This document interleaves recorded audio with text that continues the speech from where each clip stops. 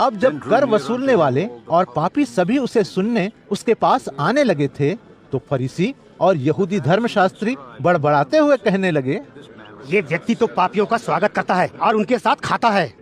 इस पर यीशु ने उन्हें यह दृष्टांत कथा सुनाई।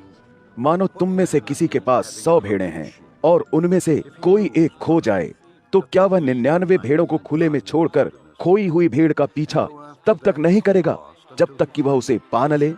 फिर जब उसे भेड़ मिल जाती है तो वह उसे प्रसन्नता के साथ अपने कंधों पर उठा लेता है, और जब घर लौटता है तो अपने मित्रों और पड़ोसियों को पास बुलाकर उनसे कहता है, मेरे साथ आनंद मनाओ, क्योंकि मुझे मेरी खोई हुई भेड़ मिल गई है। मैं तुमसे कहता हूँ, इसी प्रकार किसी एक मन फिराने वाले पापी के लिए उन 99 धर्मी पुरुषों से, जिन्हें मन फिराने की आवश्यकता नहीं है, स्वर्ग में कहीं अधिक आनंद मनाया जाएगा। या सोचो, कोई औरत है जिसके पास 10 चांदी के सिक्के हैं और उसका एक सिक्का खो जाता है, तो क्या वह दीपक जलाकर घर को तब तक नहीं बुहारती रहेगी और सावधानी से नहीं खोजती रहेगी जब तक कि वह उसे मिल न जाए? और जब वह उसे पा लेती है तो अपने मित्रों और पड़ोसियों को पास बुलाकर कहती है, मेरे साथ आनंद मनाओ, क्योंकि मेरा सिक्का जो खो गया था मिल गया है। मैं तुमसे कहता हूँ कि इसी प्रकार एक मन फिराने वाले पापी के लिए भी परमेश्वर के दूतों की उपस्थिति में वहां आनंद मनाया जाएगा। फिर यीशु ने कहा, एक व्यक्ति के 2 बेटे थे। सो छोटे ने अपने पिता से कहा, जो संपत्ति मेरे बांटे में आती है उसे मुझे दे दें। तो पिता ने उन दोनों को अपना धन बांट दिया। अभी कोई अधिक समय नहीं बीता था कि छोटे बेटे ने अपनी समूची संपत्ति समेटी और किसी दूर देश को चल पड़ा, और वहां जंगलियों सा उद्दंड जीवन जीते हुए उसने अपना सारा धन बर्बाद कर डाला। जब उसका सारा धन समाप्त हो चुका था, तभी उस देश में सभी ओर व्यापक भयानक अकाल पड़ा। सो वह अभाव में रहने लगा।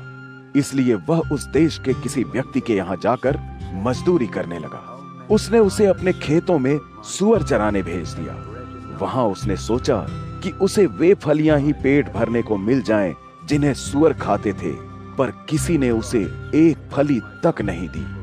फिर जब उसके होश ठिकाने आए तो वह बोला, मेरे पिता के पास कितने ही ऐसे मजदूर हैं जिनके पास खाने के बाद भी बचा रहता है, और मैं यहाँ भूखों मर रहा हूँ। सो मैं यहाँ से उठकर अपने पिता के पास जाऊंगा और उससे कहूंगा, पिताजी, मैंने स्वर्ग के परमेश्वर और तेरे विरुद्ध पाप किया है। अब आगे मैं तेरा बेटा कहलाने योग्य नहीं रहा हूँ।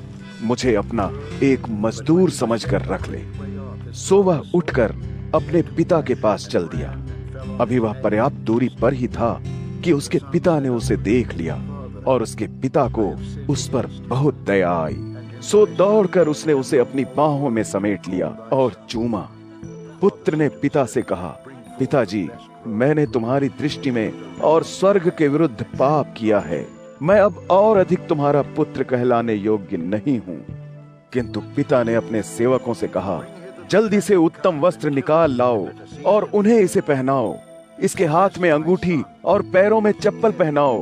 कोई मोटा ताजा बछड़ा लाकर मारो और आओ, उसे खाकर हम आनंद मनाएं। क्योंकि मेरा यह बेटा जो मर गया था, अब जैसे फिर जीवित हो गया है। यह खो गया था, पर अब यह मिल गया है। सो वे आनंद मनाने लगे।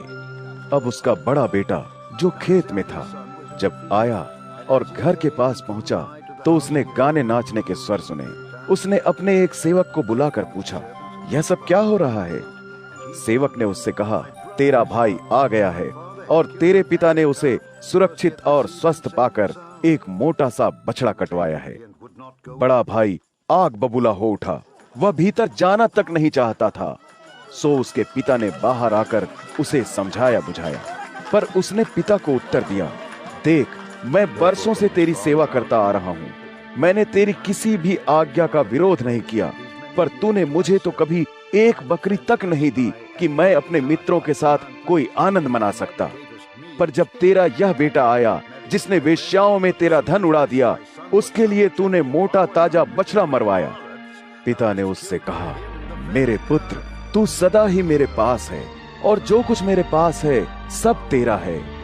किंतु हमें प्रसन्न होना चाहिए और उत्सव मनाना चाहिए, क्योंकि तेरा यह भाई जो मर गया था अब फिर जीवित हो गया है। यह खो गया था जो फिर अब मिल गया है।